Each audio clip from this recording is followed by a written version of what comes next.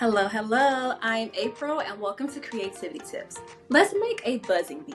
You will need paper, colored pencils, and markers. Let's start by lightly sketching a flower.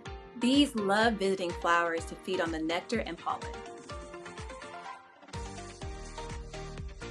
Next, lightly sketch your bee.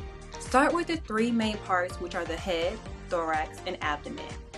When finished, add eyes, antenna, legs, and wings. Ready for a creativity tip? Let's begin coloring the bee. They are covered with fur.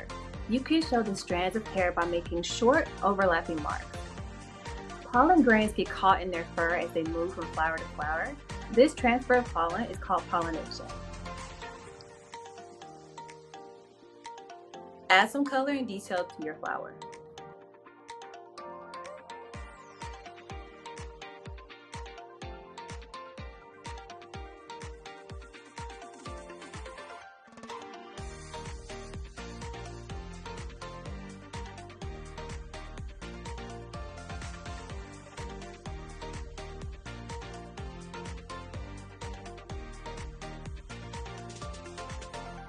Use your markers to outline your image. This will add depth and complexity to your photo.